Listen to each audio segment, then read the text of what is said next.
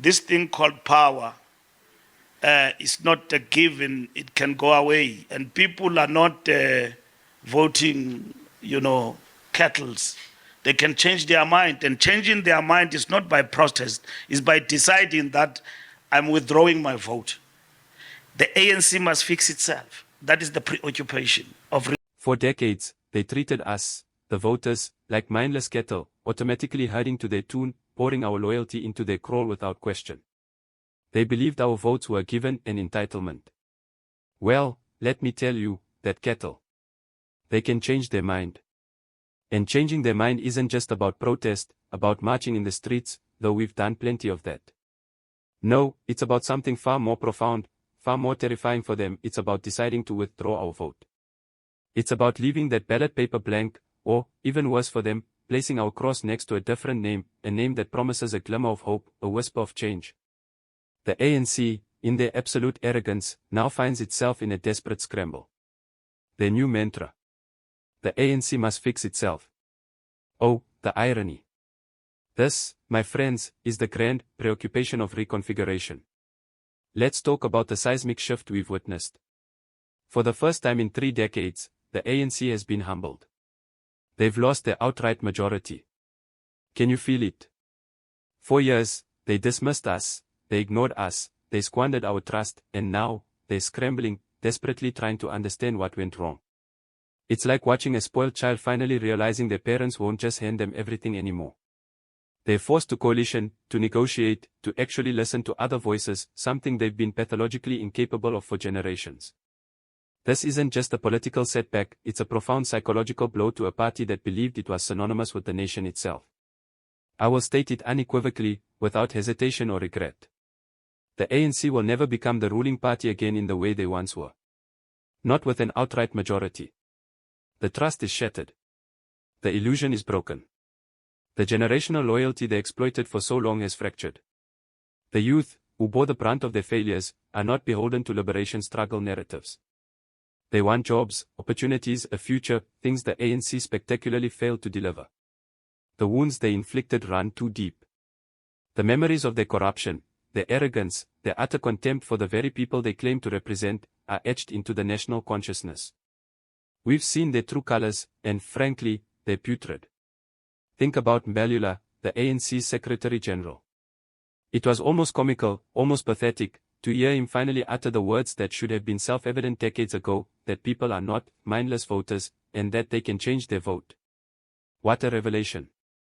It took losing their majority, it took the threat of complete irrelevance, for this fundamental truth of democracy to penetrate the thick skulls of the ANC leadership. For so long, they saw us as numbers, as statistics to be manipulated, not as individuals with agency, with desires, with the power to withdraw our consent. Mbalula's realization isn't some profound insight, it's a desperate plea from a drowning man, finally acknowledging the existence of water. And how are they acting now? It's eerily similar to a cheating spouse who suddenly realized their partner has one foot out the door. All of a sudden, they're showering us with promises, with apologies, with grand gestures of reconfiguration and renewal. Oh, darling, please don't leave. I can change. I promise I'll be better. I'll fix myself. It's a pathetic display of desperation, a desperate attempt to cling to power by any means necessary. Where was this humility, this introspection, this urgent desire to fix themselves when they had a comfortable majority? Where was it when they were looting the state, when they were presiding over the collapse of essential services, when they were literally watching our dreams crumble? It's a performative repentance, a cynical ploy to win back a trust they systematically destroyed.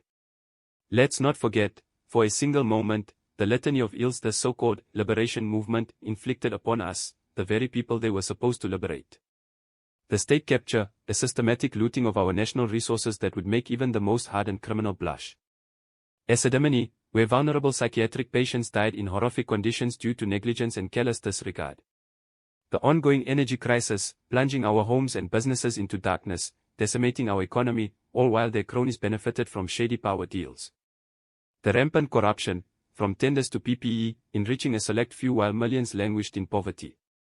The decaying infrastructure, the failing public services, the education system in crisis, the healthcare system on its knees.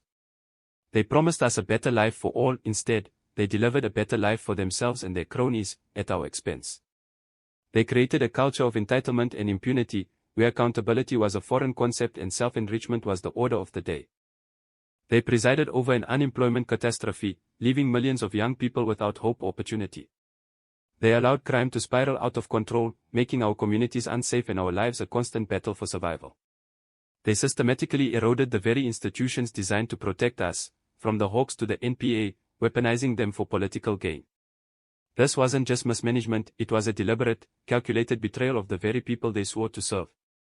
And now, they want us to believe they can fix it. They want us to give them another chance, to trust their newfound humility. No. The wounds are too deep. The scars are too prominent. We, the people, have finally woken up. We have realized that our vote is our power, our ultimate weapon against the political elite that took us for granted. We are not cattle. We are not mindless. We are South Africans, and we demand accountability, transparency, and a government that genuinely serves its people, not its own self-interest. This preoccupation of reconfiguration is not about fixing the country, it's about fixing the ANC, about trying to claw back the power they believe is rightfully theirs. But power, my friends, is not a given. It is earned, and it can be withdrawn. Let this election be a stark reminder to every political party, we, the people, hold the ultimate power. We are not your pawns. We are not your loyal subjects. We are citizens, and our patience has run out.